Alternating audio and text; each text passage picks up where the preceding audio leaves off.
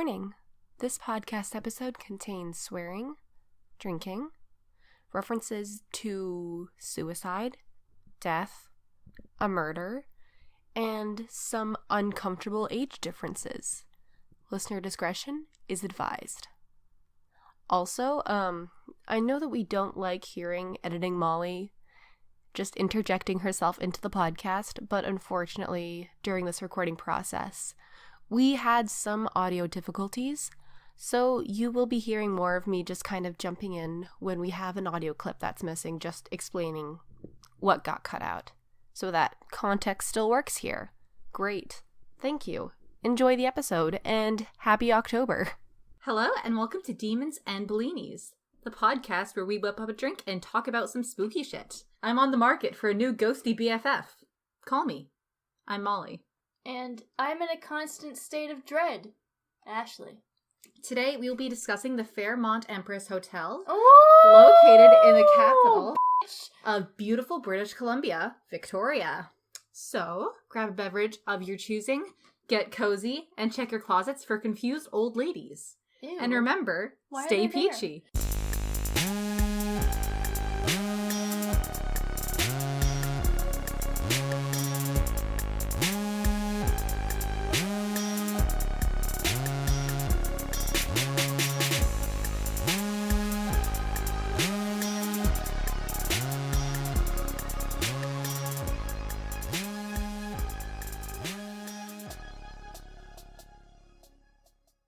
Oh yeah, as a warning for this episode and the next episode, 'cause we record these back to back, I'm sick! Ashley has overworked herself. Yeah, I got sick because I work at a Halloween store that is just constantly filled with tiny children, and one of them got me sick. If it was you, let me know so I can come and give you a swift bop. Yes, you also you wanted to talk about parents, right? And their reactions to kids. So, like, as I said, I work at a Halloween store. It's Spirit Halloween. Yeah, you know, the cryptid one that's just pops up into any abandoned... Yeah, we just found this abandoned grocery store, and we were like, oh, this is home now. Yeah. But only half of it. Yeah, only half of it. But anyways, so Spirit Halloween has all these, like, animatronics, and they're pretty scary. Like, my first day after because we set up the store, and I didn't see the animatronics until my first day as, like, a sales associate, because before that I was just setting up the store. So I didn't see the animatronics until my first day. And the first day, I was genuinely freaked out. Like, just freaked the out by them. And I'm 20, and it freaked me out. So, I mean, it's a Halloween store, so little kids love coming in there. But little kids get freaked out very easily. And there's been a lot of kids who get freaked out by the animatronics, particularly the really tall clown one that when you first walk in. Yeah. Yeah, the really tall one. Yeah, that would freak me out, too. People hate him, which is, like, so clear, like, valid. Dermatologists hate him. Well, but like it's just it's creepy. Yeah. But there's been a lot of kids who are like genuinely terrified, and I'm noticing this disturbing pattern of parents not taking their kids' fear seriously, Which is so It's so Yeah, like your kids have these reactions for a reason. Yeah, and it's like... It's to protect them. It's like, yeah, it might have been a long time for you, boomer, since you were a child, but, like, try to think back. I like how this implies that baby boomers might still be having children. Look, anyone who's older than me by 5 years is a boomer. Sorry to make the rules, but... Millennials. Boomers. But anyways... So it's like, when I say boomer, I'm not referring to baby boomers. I'm just referring to people who are older than me. Yeah. But anyways, it's like people don't, like, they forget how real things are when you're a kid. Yeah. And it's like, dude, your kid's freaking out. Don't get mad at your kid. Don't laugh at your kid. And don't make them endure it for longer than they want to. Yeah. Like, your kid's 5, Sharon. Sherilyn. You know your child, Caitlin, spelt however you want to spell it. Yeah, it's like, it's one thing to disrespect me. That's what I'm here for. I'm being paid minimum wage for you to, like, beat me the up. But, anyways, this is, like, that's my pet peeve. Whatever. It's Halloween season. Listen to young children when they're scared. Yeah. I'm done. Thank you. And these are parenting tips 101 from People mostly who- Ashley, but also Molly because People who she don't have supports her. kids. Yeah, exactly. It's like, From two but 20-year-olds. this should be like common sense, though. This should be Yeah. like common parenting sense. Yeah, no, like, Vancouver has this thing where our local amusement park puts up this thing called Fright Nights every year. And there's a lot of, it's open basically during the evening, so you get to go on these rides at night, which is very fun. But there's also a multitude of haunted houses. Yeah, are there and like 8 of them? Yeah, something like that. And then you also have a lot of actors. Yeah, they just walk around. Very nice actors who walk around and scare you. I have a friend who does this. And they're f***ing terrifying. Oh yeah, like Yeah. like their prosthetics and everything is insane. It is insane. It and looks they so real. don't break character. Yeah, Unless, I mean, my friend has broken character, but that was because a guy was harassing her. But anyway. that's valid. Yes, exactly. They have, like, specific areas, pro tip. They have specific areas that they, patrol around. But, they'll run up to you and scare you. And I don't like that. And I have gone to Fright Nights on a couple occasions and had friends who were like, hey, yeah, let's go get Molly to go in the haunted houses. And no. Yeah, No, these things give me anxiety. Just, Yep. like, and I'm, again, 20 years old. Like, Yeah. just respect people if they're Yeah. scared of something. yeah. It's like, don't peer pressure your friends and don't peer pressure your kids. Yeah. Like, That is a surefire way to get your kid to not trust you. oh yeah, Like, yeah. I don't know how to explain this to you because it should be Yeah. common sense. Yeah, it's like I was talking to our friend about this the other day, where it's like when I was a kid, my mom would just let me censor myself. Mhm. So like if she wouldn't force me to actually like go through something that I didn't want to, or make me watch something that I didn't want to. Mhm. So if like they were gonna watch a movie, I would like, you know, if I was interested, I would sit down and watch it with them, and if it freaked me out or if I didn't like it, I would just walk away, and she wouldn't like force me to do anything about it, you know. Mhm. And it's like it should be the same thing with like taking your kid into a Halloween store, you know. If the kid is obviously distressed, don't drag them physically into the store. Yeah, like that's really f***ed up. I've seen that Jesus happen. Christ. Hello? Hello? And I'm literally standing there like, hi, welcome to Spirit. The scariest thing about Spirit Halloween is bad parenting. Oh, legit. All the horrible people that I've encountered have been parents. Yeah, that doesn't surprise Except me at for all. one girl. And this is the other thing. Because, like, we can be memey, and we have, like, a meme kind of attitude. Yeah. But time and place. Yes. You don't have a meme attitude with a retail employee that you do not know. Okay, what happened? So, like, this girl comes... She was our age, too. This is what, like, pissed me off so much. I was like, Mhm. you're an adult. You should know better. Yeah.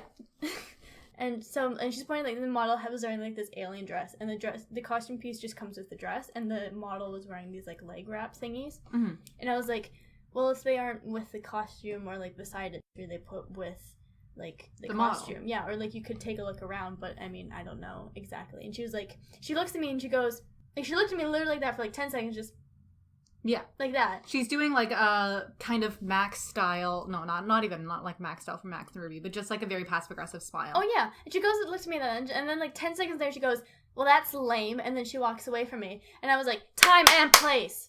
Time and place. You can, like, have that kind of, like, kind of thing, like, Yeah. And you could totally tell that she thought it was funny. Or, like, she thought that attitude was funny. Yeah, I don't know exactly how much I stand by this, but me and my coworkers have this joke where we think that people should have at least a year minimum in retail experience. I 100% stand by that. Unless, you know, like, for some reason, Oh, you yeah, know, you yeah. have anxiety or you can't physically do that. That's fair. But also just, you can tell when a customer, comes in and they've done customer service. Oh, yeah, it's versus totally very when clear. they do not. Yeah, because, like, every time that, like, you know, if my machine's slow or, like, you know, I have to, like, fold something up or, like, if there's a policy that I have to follow and people are breaking said policy, you can totally tell when people have done retail and when they havenent Mhm. based on how they respond. And Oh, I yeah, know, exactly. I know, like, that. Yeah. Yeah. You can tell so Yeah. easily. Another thing is also, if a retail employee says hello to you, just say hello back. Yeah. Don't just look at them and ignore you. Yeah. Like, Yeah. I can't count how many interactions I've had where I'm like, hi, how are you doing today? And they go, I'll have a matcha latte, half sweet, not fat. Yeah. And you're like, okay. Yeah. I can do that for you, but also I guess I'll go myself. Yeah. Like, at my store, it's kind of like, all these people have kids, so I just kind of like try to rush things through. But one thing though that really grinds my gears also is like, because at Spirit, you know, and like I even asked you when you came by, was like, because we donate to the BC Children's Hospital, and we do like, Spirit does like Halloween parties and stuff like that for the kids who are in hospitals, so that way they can still have Halloween even though, you know, they're in like a, you know, serious care unit or something like that. So, you know, we just ask for like a couple dollars, you know, or we can even round up your total to the nearest dollar, so that could even be like just 10 cents. Yeah. Majority of people will say no. Yeah. And it's like, that's fine. Yeah. That's fine. But at the same time, it's like, you're spending $300 on something you're only going to wear once. Yeah, like, I can understand saying, no, not today, in a polite tone, but just saying, yeah, that's fine. No. It's like... Oh, yeah, no. People say no, or they say, I already donate. I'm like... You're like, okay. Yeah, but the kid's still dying. Sorry! That was an edgy joke. The child is still in intensive care. Yeah, sorry. Plus, like, okay. Sorry, that was an edgy joke. Plus, like, donating to one cause does not mean that you're donating to them all. Yeah. And it's also like, apparently also there have been some people who have said, like, I hate kids. Hello? I'm like, dude, good for you. But somebody else's kid isn't, like, in the hospital. Yeah. So, like, maybe have some empathy. Wow, look at here. Edgelord here. Don't look at me. Sorry, no, I'm not looking at you, but... Yeah, no. Edgelord here, not liking kids. Hate to tell what you were like, you know. Yeah. At the beginning of your life. On the bright side, though, Spirit's a lot of fun. You know, it's a Halloween store, which is very fitting. I'm having a lot of fun other than that, which is bearable. You know? And, like... Kids get so excited. It's other than the ones who are very scared. And even then, I'm like, let me give you hugs. Yeah. Ashley has a lot of tales about Fortnite. And kids just getting really excited over Fortnite costumes, which Fortnite, is very pure. Minecraft now, which also makes me really happy because I love the mind of the craft. Yeah. And what else do they really like? They love the masks. There's a surprising amount of kids under the age of 5 who think it's hilarious to put on a Donald Trump mask. Like, just these tiny Donald Trumps running around the store. That's terrifying. It's kind of funny. That does sound really funny, though. There was one kid who did it. He was probably 3 years old. He puts on a Donald Trump mask, runs across the store to where his dad is. His dad turns around, and the kid just starts punching his dad. While he's wearing this Donald Trump mask. Caption, Jared Leto. Method acting. Also, did you hear that Jared Leto started a cult off of Croatia? I'm sorry? Jared Leto is a cult leader now. Anyway, we hate Jared Leto on this podcast. I'm not surprised. Yeah, because a majority of them are young women. Ew! Want to guess what's going on there, probably? Is it a sex cult? Probably. Is it a sex cult? It's basically just Jared Leto taking advantage of his fans. Hello, Editing Molly here. This is kind of a theme for us, but we've had some audio that randomly just decided to cut out, you know, just by. So we don't really have the end of this conversation, nor us transitioning into the Empress Hotel. But anyway, moving on to the next topic. Also, sorry for the voice. Ashley got me sick. It's fine. Yep. So if you ever have the pleasure of visiting Victoria, you can find the Empress Hotel pretty easily. It is located in the downtown area on Government Street, right along the Inner Harbor. So it's very nice. It has like a really nice sea view. And it's a huge building that it's massive. Just like looks like it hasn't changed much since 1890. It was actually built in 1908, but we're going to get into the history there. Yeah, no, you're close. It's built in a chateau-esque style, according to the Wikipedia. You know. Yeah. It's very beautiful. It's very Victorian, like Edwardian kind of era. That would have been Edwardian. Yeah. Don't grind my gears. I'm sorry, I'm not a historian. Victorian era ended in 1901, and the Edwardian began in 1902, and went until 1918. Okay, Edwardian. So, according to the Fairmont website, the Empress is listed as, quote, one of the top 21 most iconic hotels in the world by National Geographic travelers. It was also listed in the Travel and Leisure magazine's World's Best Award for top 10 city hotels in Canada. It has been regarded as a Condé Nast readers. Condé Nast, yeah. Condé Nast Reader's Choice, and Gold List Hotel. You know what joke I'm gonna make? What? 21. 21. 21. Yeah. But that's also, according to Fairmont. A lot of this is from the Fairmont website because, they have, like, a lot of... It's kind of interesting. And then there's also, like, a couple of different other websites that I went on. It's fun to brag. It is, yeah.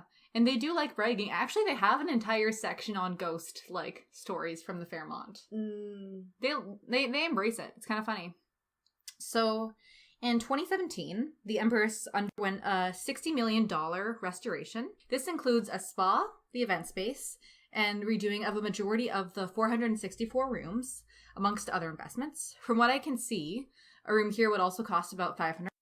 Again, our audio here decided to cut out. Love that. But, basically, a room here overnight would cost you about 500 Canadian dollars, give or take.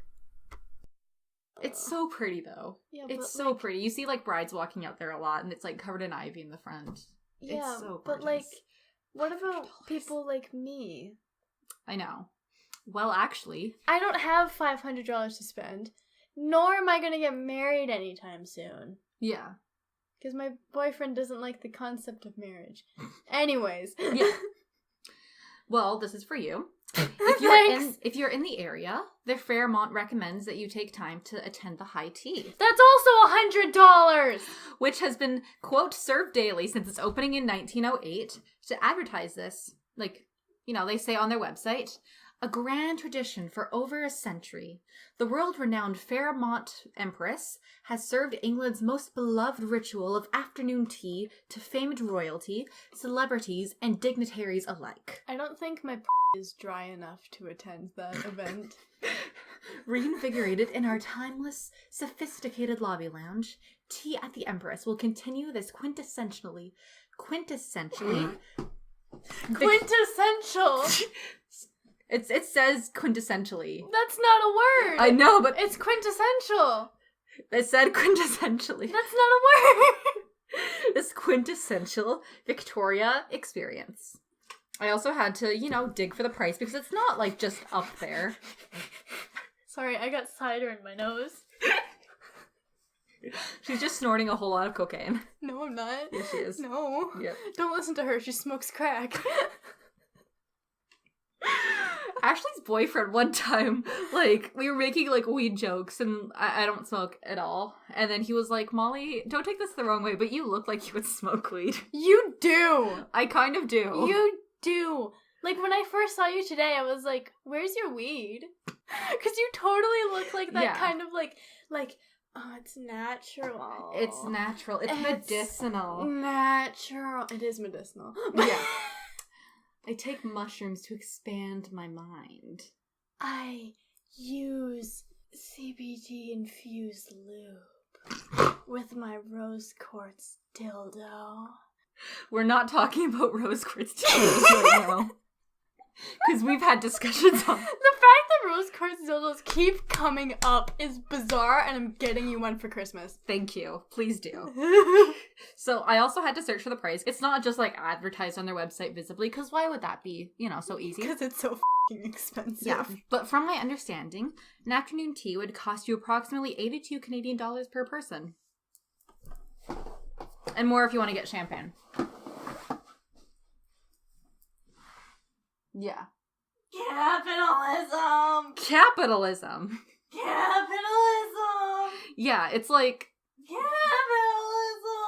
Yeah, the Empress is very beautiful, but it is very much catered towards, like... The rich white people. Women. Yes, exactly. It also has, like, a list of, like, the various celebrities on the website that have visited there, and also the royalties, which has been a total of, like, maybe 3 people from the British royalty, and then, like, I can't remember, because I don't actually have it on my notes there. All the celebrities, people who, like, died 30 years ago. Harrison Ford actually visited there. Barbra Streisand. Oh, okay, never Shirley mind. Temple apparently visited there when she apparently had some sort of, like, I don't know. Apparently she thought that she was going to be killed in California, so she fled to Victoria. There's some sort of assassination plot against Who would try to assassinate Shirley Temple? I don't know. What? But yeah, Shirley Temple stayed in the Empress Hotel. Holy shit. Okay. Yeah. What? You learn something new every day. Exactly. But, you know, Harrison Ford's there, so I like him. He's cool. He doesn't have a dry No, he doesn't. This is very wet.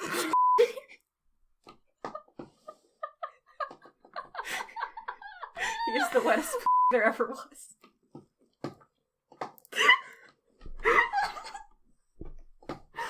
Dude, I'm like... What the f***? Han Solo. That's gonna be my Halloween costume. We don't have any of those at Spirit. Who said I was gonna buy from Spirit? Pay for my paycheck. No. Molly. No. Please. No. I already bought stuff from you. Yeah, but it was... yeah, you're right. Yeah. Yeah.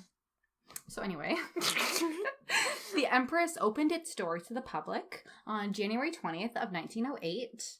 It was commissioned by the Canadian Pacific Hotels and largely the Canadian Pacific Railways to act as a terminus hotel for the railway. It has largely been regarded as one of the more famous railway hotels. Basically, it was, like, located a couple blocks away, so, like, well, you know. It was, like, at the very end of the whole line, too. No wonder it was so famous. Exactly, yeah. Because it was, like, right at the end. Mm-hmm. Yeah. Since its opening, the hotel has also undergone 2 expansions. The first one from 1910 to 1912, and the second expansion taking place in 1928. Can I just say it's really funny whenever I see, like, in history books or something like that, or places like this, where it's like, oh, we're gonna undergo this very expensive renovation. And then World War I came along and was like, hey, can I have some money, please? Yeah. Thanks. Spare a few dollars? Spare a few million lives, maybe? Yes, maybe. Have you guys ever heard of mustard gas? Have you heard of all this new fancy technology we have, all this new warfare? Have you heard about tanks? Have you heard about trench foot? Thank you. Shut up! Shut up! Alright.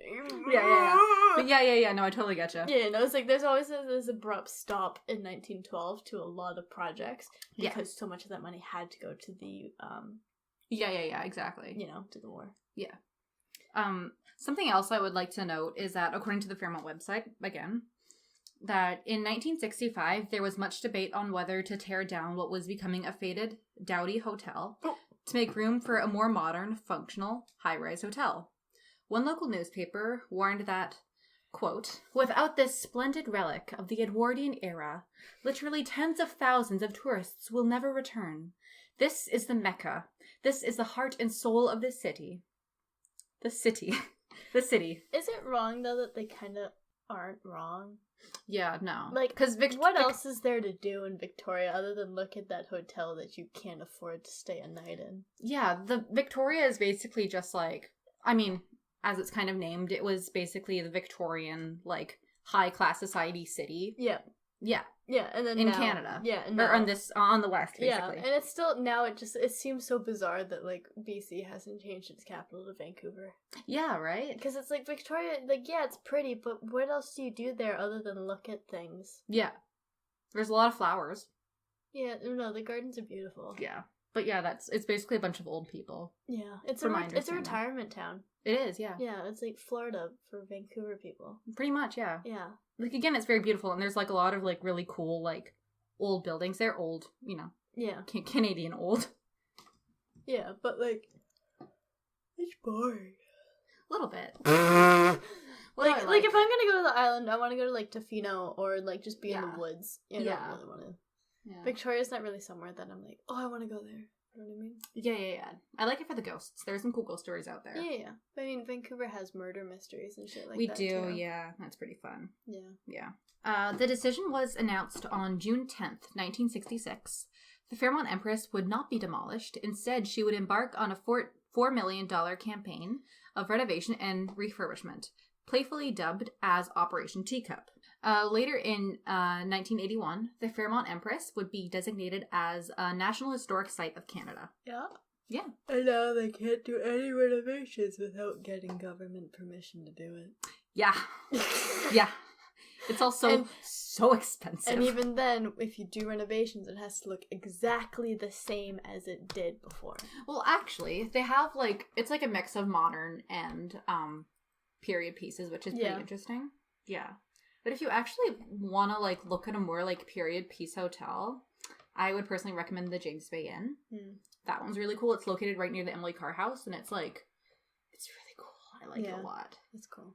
I really like it a lot. There's, like, a really nice restaurant underneath there, but, like, the entire, like, lobby is very, like, period. Like, I would say, I don't know, I'm not, like, necessarily, like, an expert on, you know, the early 20th century, but I would put it somewhere in between the 1900s and the 1920s. Yeah. That very large, like, you know, World War I kind of era right there. Yeah.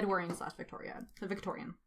But more Edwardian. Yeah. There's this one hotel I stayed in last time I was in San Francisco, which was like years ago. But the hotel at the time, in 2012, it was 102 years old. So now it'd be like 100 and something years old. Yes. But so like the rooms were kind of like, they looked somewhere like that, just timeless hotel kind of look to them. But everywhere else you went, the hallways, the lobbies, the pool, everything looked exactly like it did when it first opened. That's so cool. I love that. They put a lot of effort into making it look almost the exact same, and it's so cool. Yeah, like my mom also claimed that the hotel room that we stayed in was haunted.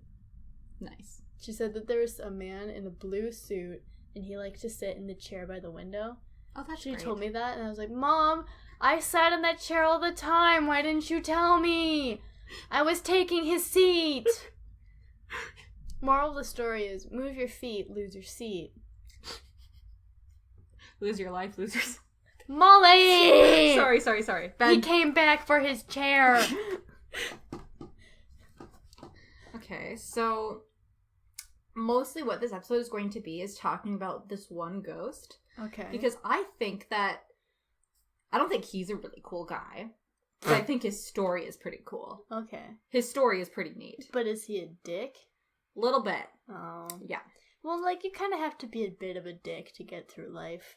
He didn't really have to be that much of a dick. Oh, okay. Okay. Well, there's a line in the sand. Yeah, exactly. So, one of the more famous ghosts in this location is the apparition alleged to be the architect himself, Francis Rattenbury. So, he worked on the site from roughly 1904 up until its opening in 1908. Yep. While he was born in England, most of his well-known buildings are located in British Columbia, most notably the Empress. But he also designed the Parliament buildings, which, you know, I can personally attest to, are absolutely breathtaking. Like, if you go... pretty cool. Yeah, like, if you go into the inside, there's actually, like, beautiful murals painted on the ceilings. Yeah. It's pretty cool. But yeah, after he constructed the Empress, within the next few years, he had a falling out with the Canadian Pacific Railway, instead choosing to work with the CPR's competition, the Grand Trunk Pacific Railway. Grand Trunk? Yeah. This was not the wisest decision. Thick. Penis. Yes. Exactly. The penis railways. I am out of it. I am so sorry. It is okay. I'm so gone. No, it's okay. It's okay. We're having a rough go at it. I'm struggling today. So this was not the wisest decision that he could have made. Yeah. Because the buildings he designed for this company were never completed. Because the president of the company, Charles Melville Hayes, died on April 15th, 1912, aboard the RMS Titanic. Oh! And subsequently, they went bankrupt. Oh, oops. The when your boss just dies in the Titanic? Oh. Whoops. Edwardian era problems. You know what's so trippy to me is, what? Like, could you imagine, like dying that soon before, like, major world events like World War I? Yeah. It's something I think about a lot. Which is also weird because I feel like I studied the Titanic, like, before I studied World War I. Oh, well, yeah, because it happened before World War I. No, I said that World War I started in 1912 earlier. That was me being a drunk idiot. It was 1914. Okay. I'm sorry. It's okay. I corrected myself. Like, I mean, like, in elementary school, like, I, like, did, like, you know, I read, like, the Magic Tree House that's books. because, like, you can handle, like, the Titanic because, like, oh, that was, like, you know, a tragic accident. Yeah. But World War I and II are, and everything that followed, and even wars that came before that, are so incredibly complicated that you can't really teach that to an elementary student. Yeah. Even a middle school student, you can't really teach... No, I didn't learn about what caused the First World War until, like, maybe I was in grade 11. Yeah. And, like, because that's so messy. Yeah, because it's basically just, like, a whole lot of death because some countries are pissed off at each other. And it was all just taking sides, like it was some sort of high school, like, gossip thing. Sure. Well, okay, no. Okay, I'm not the history major here. You talk about World War I. Oh no, that's so off topic! We'll be here for hours! Okay. Basically, you had... So let's just... You can break it down to nationalism. And who was allied with who.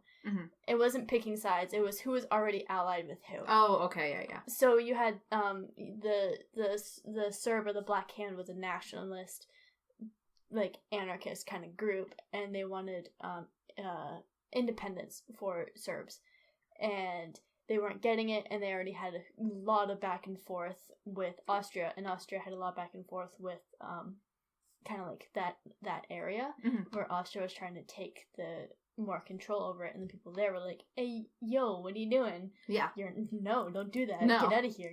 What the f*** are you doing?" Yeah, and then so eventually got to a point after a lot of like building up to it that the Black Hand assassinated Franz Ferdinand. Right. Which I'm sorry, but that story is so funny. It is. It's pretty funny. It's so just like.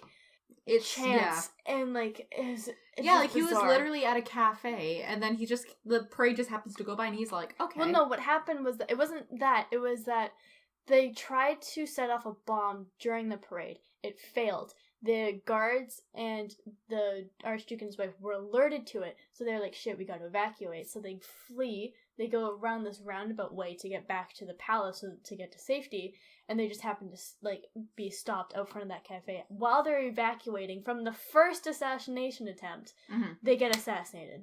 Yeah. Yeah. Yeah. And the dude was only 17, I think. Yeah. He was a child. And then he got out when World War I was over, and he just spent the entirety of the war in prison. Yeah. Yeah. It's basically, we can boil it down. There's a lot more, but it's basically who was already allied with who already made promises to who, and that's what a bunch of people died over. Yeah. Yeah. Nationalism. Yeah. It was nationalism. People still need to die for nationalism. U.S. Worst invention ever! Yeah. It was great when you were building countries, but now that you have them, maybe stop that? Yeah.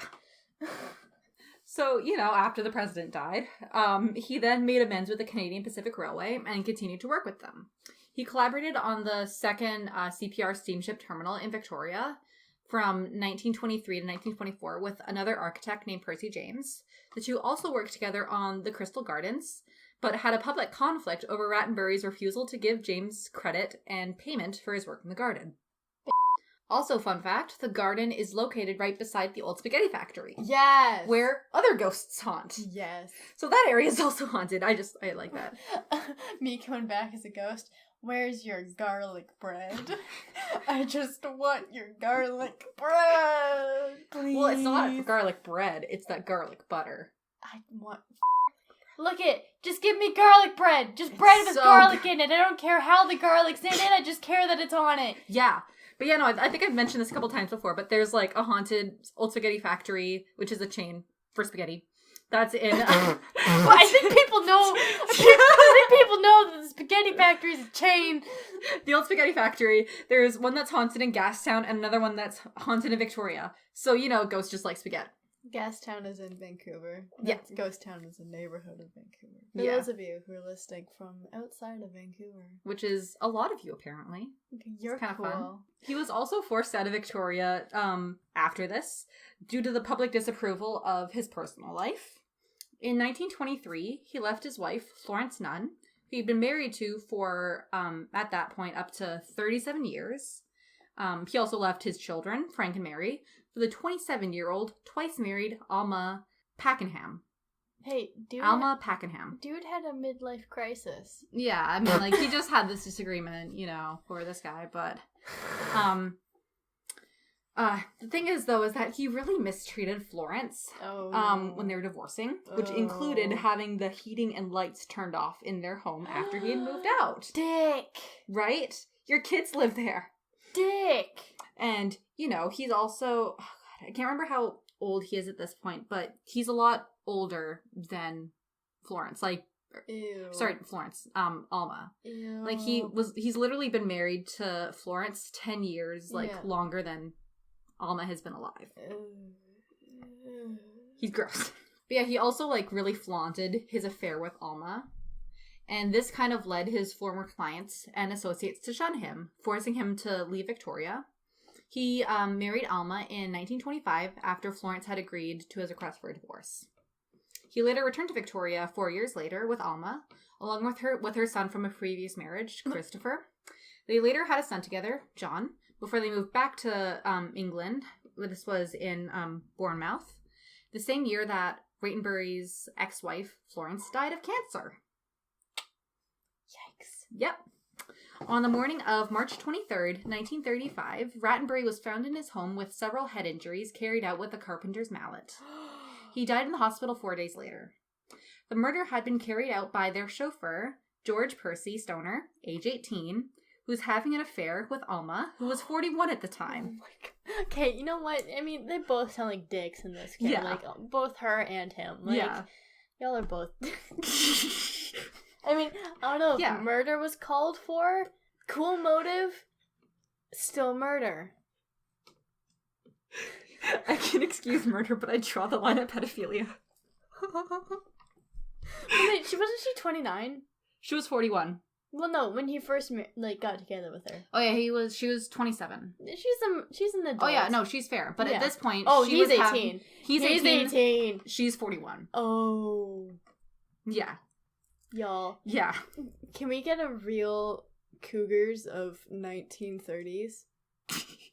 Please. They were both charged.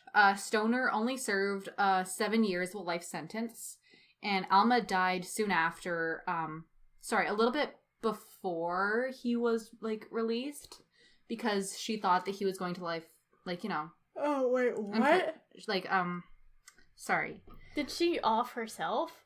Yes. Oh. Basically what happened was that in the trial, he was condemned to death. Oh. But then it was later overturned and was a life sentence. But before she found out that he had been spared, she stabbed herself 6 times and threw herself into a river. Yeah, that'll do it. That will do it. That will do it. Yeah, but then he got out of prison 7 years later. And then also, according to the Wikipedia, he also had a brief thing back in the same town in the 1990s when he apparently molested a 12-year-old boy. Wait, in the 1990s? Yeah. Look, I mean, he was... Surprise, surprise. We have some more audio that cuts out. Great. Love that. But the premise of what we were discussing was basically that the murder occurred in 1935, and he was 18 then. And then when this particular crime occurred, it was in the 1990s. So basically he was much older. And we were just trying to get that timescape out there. It's a very long explanation for what was basically a 5-second clip that got taken out. But it's okay. 35. Oh, okay. Sorry. Yeah. Yeah. I can't he do died numbers he today. died in 2000. So. Oh, shit. That's really gross, though. Yeah. Yeah. Yeah. Yeah. And in the final clip that got taken out, thank you for bearing with us. We were just basically saying that everyone involved in this whole Rattenbury fiasco is an asshole. Yeah. That's it. Thank you. Rattenbury's it's everybody just really bad. is just bad. Yeah. But anyway, it is said that Rattenbury can still be seen in the Empress today, typically being spotted in the hallways near to where his portrait still hangs. Some say that you can even hear the tapping of his cane as he tours. Basically, it was one of his greatest architectural feats, at least what he's most notorious for. Yeah. So while Rattenbury is one of the more talked about ghosts in the Empress, it is said that there is a multitude of other phantoms on the premises. There's this one really cool ghost tour that you can take, which will take you right beside the hotel. I took it myself when I was about 12. This walk often cites that there are stories attached to each floor in each corridor, even each room. That being said, online I can only find 4 other stories, so I don't know how true that is. It kind of sounds like they're trying to be Canada's version of the... Cecil Hotel? No, the hotel that inspired The Shining. Oh, the Stanley Hotel. Yeah, it sounds like they're trying to be the Stanley Hotel. A little bit. And it's like, look, you're not the Stanley Hotel. That would be a cool episode. Yeah, but it's also very overdone. But, obviously. But, like... Yeah. You know, and, like, the Stanley Hotel actually has, like, reason for it to be kind of, you know, haunted. But even then, it's like, they're probably dramatizing a lot of it, too. They do. That's why I always get, like, very side-eye at hotels who try to profit off of any ghost stories. Yeah. Because then it's like, you're obviously hyping it up for people to stay the night. Exactly, because, yeah. you know, that's not how... Forking over $500. Yeah, that's not how ghosts actually work. No. Right? And, No. like, especially, like, I'm very hesitant to believe that Rattenbury would haunt the hotel. You know, like, yeah, it was one of his, like, best works, but he went back to England. Yeah, he died in England. He was actually buried in an unmarked grave for, like, a while over there. He's not buried in Victoria. Yeah, like, and, like, even then it's like, he called home England at that point, I'm assuming, because, like... Well, yes, but he did spend a majority of his life in Victoria, so that I guess that's a little bit up to debate. Yeah, but I mean, like, it still just seems, like, weird. And especially the whole, like, oh, he's seen by his portrait. I'm like... Yeah. Yeah. Is he? Yeah, Is I don't really? necessarily know if I'd buy the Empress being haunted. I would more but likely... I think it's still pretty cool. Yeah, I would more likely believe that he would be haunting wherever his unmarked grave was. Because that's one surefire way to piss off somebody. That's fair, but also I feel like, personally as a ghost, I wouldn't want to haunt a gravesite. Yeah, but what if you... I'd want to haunt someplace that's, like, familiar to me. Yeah, but the thing with an unmarked grave is, like, you're just thrown in the dirt. That's true. Right, and there's no ceremony, there's no remembering, there's no nothing. You're just kind of thrown in there, and you're like, what the f***? Yeah. And that's what every single human being fears, right? So, I mean, I don't normally believe that gravesites would be haunted, but I do believe that somebody would haunt a place where their body's buried unceremoniously. Kind of like the catacombs. Yeah, because then it would be like, hey, can somebody fix this, please? Yeah. I mean, it was fixed later, which was nice, but, you know. For a while there, for like a good, I think it was like 47 years he was unmarked. Wow. Yeah. So that's not fun. I just find like unmarked graves to be really like sad. Yeah.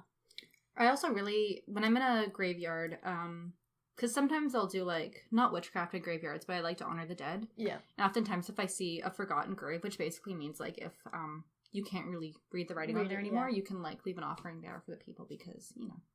There's it's very unfortunate. There's a graveyard in it's like on the way towards UBC, and apparently when the Scarlet Fever hit Vancouver really hard. No, was it Scarlet Fever? No, Spanish influenza, sorry. Mm-hmm. The Spanish influenza hit Vancouver really hard at the end of World War I. We keep talking about World War I today. But it hit really hard in the 1918 and 1919.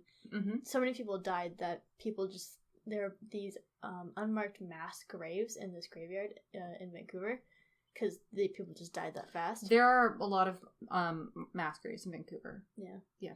It's pretty gnarly. Yeah. But there's like a couple that I wouldn't feel comfortable talking about personally. So. Yeah. Yeah. I completely agree. Yeah. But I mean, it's still like, you know, fun story. But so oftentimes this ghost tour says that there's like a story attached to each corridor, each room, each floor. But that being said, online I could only find 4 stories, not counting the one that we already talked about. Interesting. Yeah. So it was reported that in one certain room, though I couldn't find which one, a young girl will watch you in your bed before floating around the room and then vanishing. Ew. Okay, There's I don't like that. Yeah. I don't like that. Yeah. I don't like that. I saw one source that said that she's like around 10 years old. Ew. She's like mid-1940s kind of era. That's gross. Yeah. And even, like, if you want to go, because we are talking about demons, if you want to talk about mimicking, it's like, why would a 10-year-old just be staring at you? Yeah. Like, that is something that kids do. Kids do stare. Yeah. But at the same time, like, that just... Yeah. It doesn't sound unnerving. right to me. Yeah. Like, that isn't how kids behave. Yeah. It was kind of funny on the Fairmont Hotel website. The way that they actually introduced this story, they also don't talk about Rattenbury. The only ones that they talk about is this one and then this other one. Basically, it's like the more tame ones that they talk about. But they said like in 1987, I believe it was, some lady wrote a review that was like, "Oh, the hotel was very nice, but there was a young girl who was staring at me." Gross. Gross. Yeah, exactly. The 6th floor is haunted by a maid in mid-20th century uniform who will often assist with the cleaning up there. Aww. Yeah. I took the before-mentioned ghost tour myself when I was around 12 years old. And if I remember correctly, I believe our tour guide told us that this maid died from falling out of a window, but could not find that anywhere online. Oof. Also on the 6th floor, some guests have reported receiving a nighttime visit from an elderly woman looking for her room. When you attempt to help her to her room, she will lead you to the elevator before vanishing. Another version that I found online is that she just follows you around the floor until you reach the elevator. The commonly believed theory is that she was a woman who died of natural causes sometime before the 1960s, and the elevator that she leads you to was one that was added in during the Operation Teacup that I talked about, and used to be a guest suite where it was presumed that she died. So it's basically like, I don't know if you've seen that post on Tumblr or like just like in general where it's like ghosts will often take the routes that they used to take before renovations. I've seen that. Yeah. That's kind of the idea there. Yeah, and that's also why like you see this often a lot with haunted houses where ghosts hate renovations, where they will like do everything they can to stop it because it's kind of like you're messing up what they know, kind of thing. Yeah, well, I mean, if you're in not necessarily an unfamiliar place, but a place where you're kind of removed from, change is very frightening. And I can totally understand that from a ghost's perspective. Yeah. I think that's one of the, like, ghost stories that I'm more likely to believe, because I really like that idea, that she's just like, hey, I can't find my room. Yeah. I mean, that's put this elevator That's here. pretty common, too, is you have a lot of ghosts that are looking for something, and they always disappear before they can find it. Or, like, you can help them find it. Yeah, isn't that kind of like a... It sounds, residual. Yeah, it sounds very residual. Yeah. Where it's just like this like constant repeating of an action. Where it might not have even been like, she might have like, that might have happened like hours before she died, and that happened days before she died. Yeah. You know, but it's still like an action that keeps repeating. Yeah, because, I mean, you're looking for some place that's recognizable. Yeah. And she just can't find it. Maybe she doesn't even realize that she's dead. Sad. Yeah. But yeah, that's one of my more favorite ghost stories. This next one's a little bit darker. This is also the last one that I have. Another story that's discussed online is an urban legend that says, during the same renovations that took place in the 1960s, a construction worker was on top in the 8th floor where it was unfinished for a while, but I believe there's suites up there now. He was working on the 8th floor when he spotted a shadowy figure of a human swinging from the ceiling. Ew! Oh! According to the rumors, a worker had hung themselves there at that very location a year earlier. Apparently he quit right after, which is like valid. Yeah, but it was only that one spotting of the spirit that I could find. I haven't heard anything else since, because like, there's suites up there now. But that's just an urban legend that's been told. Don't necessarily know if I believe that, but it's the darker story. So yeah, that's what I have. So interesting. Yeah. What do you think? Do you think this location is haunted? I mean, we already kind of talked about this. Yeah, I mean, I feel like hotels in general have a kind of energy, whether it's paranormal or it's something else, because it's a liminal space. It's a liminal space. You have people coming in and out 24/7. Nobody ever actually stays there. There's always lights on. It's that kind of place where it's just like constant moving energy, and that can have an effect on people. So that can make you think you see something, or it can make you think you feel something, or maybe it is actually there. I mean, hotels tend to be some of the most haunted locations in the world, because like there are countless reasons why people go to hotels, and a lot of those reasons can also be really sad. Yeah, some people often go to hotels to end their lives, or some people run away to hotels, or people get married in hotels. Yeah, it's like a full spectrum of reasons, and all those reasons have their own potent energy. Right? I mean, actually, there's like another Fairmont hotel that's haunted. I mean, there's also the one that's in Hotel Vancouver, which is also haunted, but the more famous one is the one that's out in Banff, and that's haunted by a lady in a wedding dress. Yeah, and then like the lady who haunts the Vancouver one, she just loved the Fairmont Hotel so much. Like, she didn't even stay there. She was just there every night to party. Yeah, and she's the one who's in the red dress, right? Yeah, and then she got into a car accident and she died, and then she just went back to her favorite place. Exactly, yeah. That's kind of pretty. Yeah. Beautiful, yeah. But she's walking outside of windows. That's kind of weird. Yeah, that is a little bit weird. That story, that's the part of the story that freaks me out. Yeah. Like, It's a really cool story, though. yeah. I wish that there was more to, like, the Hotel Vancouver, because there's just, like, the one ghost story, and I feel like that's not doesn't really warrant an episode. Yeah, because it's just the one story. Yeah, exactly. That's why, like, I was not disappointed, but I was a little bit, like... Miffed? Yeah, when I had heard from this tour guide that I had it's a really good tour, by the way. I still do recommend it, but saying, like, oh, yes, there's a whole bunch of stories, and only there's, like, 4. But... Yeah. I mean, that's always the thing, though, with ghost stories. Is, like, they probably come up with a lot of them, because they have to fill 2 hours. Mm-hmm. And keep people entertained for 2 hours so they can get that tip. Yeah. Whereas, like, the Halifax one, the dude literally just got to pick and choose which story he wanted to tell that night. Oh, I love that. And, like, the route that he wanted to take, because there's so fucking many in Halifax. Yeah. Well, I was also under the impression that the Victoria one was kind of, like, in a similar realm of always changing. But one of the sources that I found was actually a review of this ghost tour. Literally, step by step, the exact same one that I took when I was 12. Mm-hmm. And also my other question is, would you have a very, very overpriced Bellini there? Look, the only amount of money I'll spend on a Bellini is $7. If it is any more than that, they can get f***ed. I've probably spent, like, upwards of $9 on a Bellini, but that's... Too much. Yeah. That's too much. Yeah. Drinks are expensive. Too much. Yeah. Anyway, if you want to support us, you can find us on Coffee. Please support our alcoholism. Look, actually, no, I don't have a problem because I literally only drink when we record this podcast. Pretty much, yeah. This podcast gives me a problem. Yeah. Sorry! This is like once a month, though. It's legit. Yeah, I only drink once a month now. And it's only like one. Yeah, and I have one drink at, like, a restaurant if I'm feeling like it, but generally I don't. Yeah, exactly. Because, drinking just makes me feel gross now. Mm-hmm. Yeah. I think I'll drink with friends sometimes, but, like, that's only, like, maybe I was so 1 to concerned 3 when you went to Europe. Because you kept posting about wine on your Instagram stories. I was like, dude, are you okay? Yeah. Though, I mean, to be fair, you were in France, but at the same time, it was like, I was concerned. I'm sorry. I had a couple friends who were concerned. I was very concerned. Yeah. It was, because it looked like a lot. It did look like a lot, but those were the only times that I was really drinking. Okay. It wasn't like I was drinking, like, 2 on the side. Okay. Yeah, it was like, I think it was, we would have something called Wine Wednesday, where we would just have a bottle of wine on a Wednesday. Sometimes we would have some after a hard day, on, like, the terrace and stuff like that. But beyond that, I mean, I don't know. As long as you're safe. That's I all am want. very safe. Thank you for touching my leg. That's all I care about is that you're safe. Yeah. It's, like, the same thing, like, with whatever, because, like, you can't control people. I'm not going to control you guys. Mm-hmm. And it's, like, the same thing with my boyfriend, like, as long as you're safe. Yeah, exactly. Just, like, text me when you get home at night. Mm-hmm. Just let me know you're safe. Yeah, it's kind of interesting, though, because when we started this, I feel like I drank a lot more than I do now. Yeah.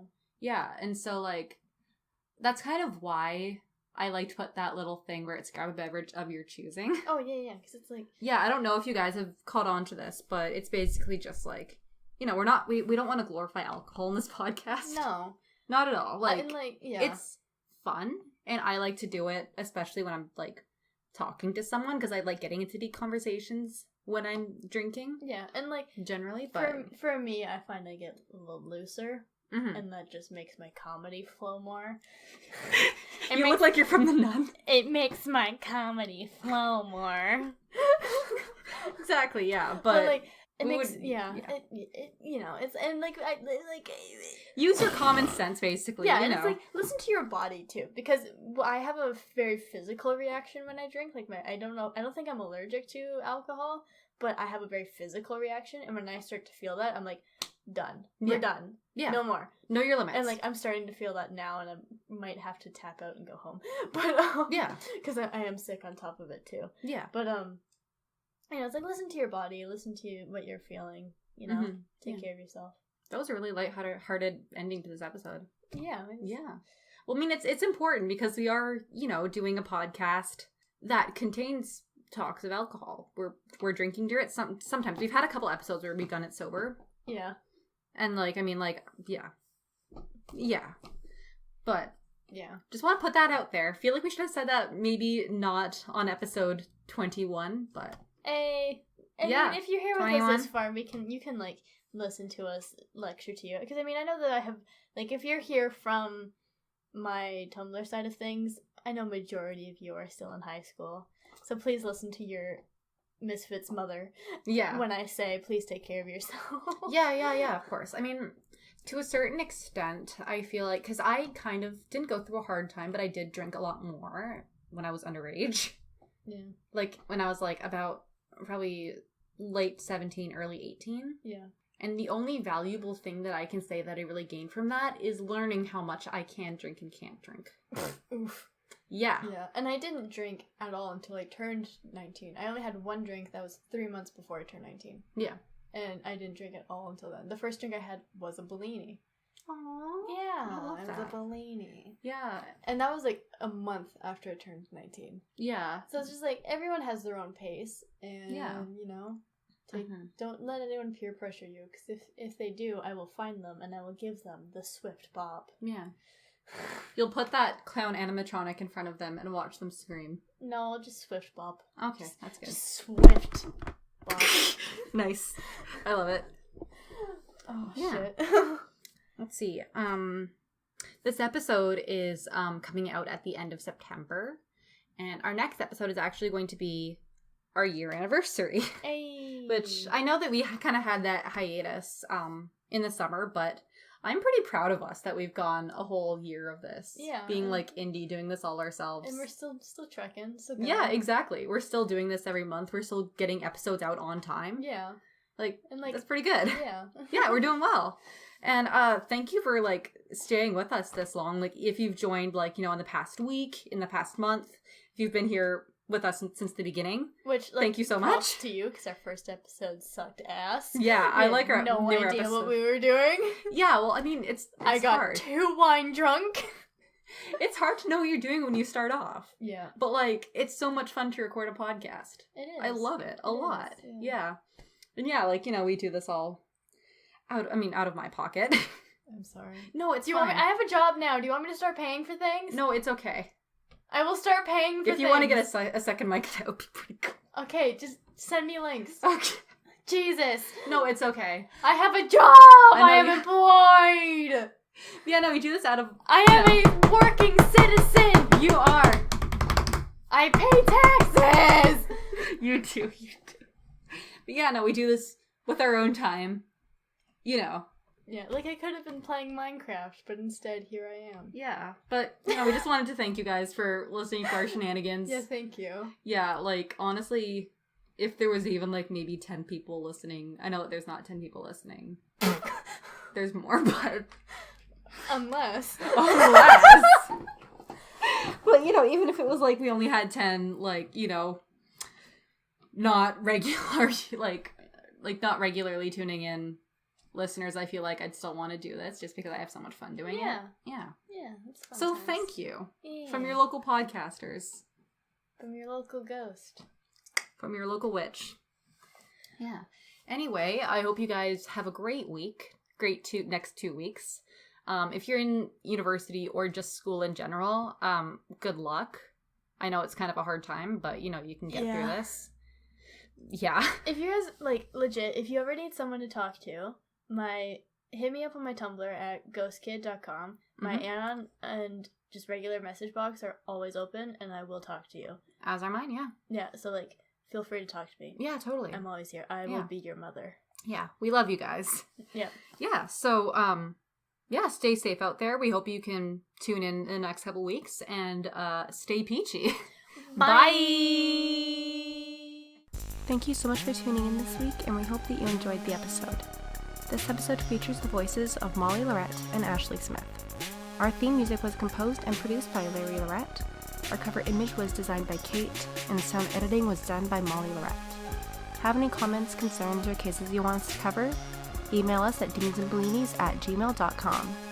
You can also find us at Demons and Bellinis on Tumblr, Demons and Bellinis on Instagram, and at DeBellinis on Twitter. That's capital D and capital B. You'll also be able to find case pictures tweeted there and posted to our Instagram. Also, if you like what we do here on this little corner of the internet, make sure you drop us a donation off at Ko-fi, which you can find us linked in the description box. Thanks again, and we hope that you keep your ears open.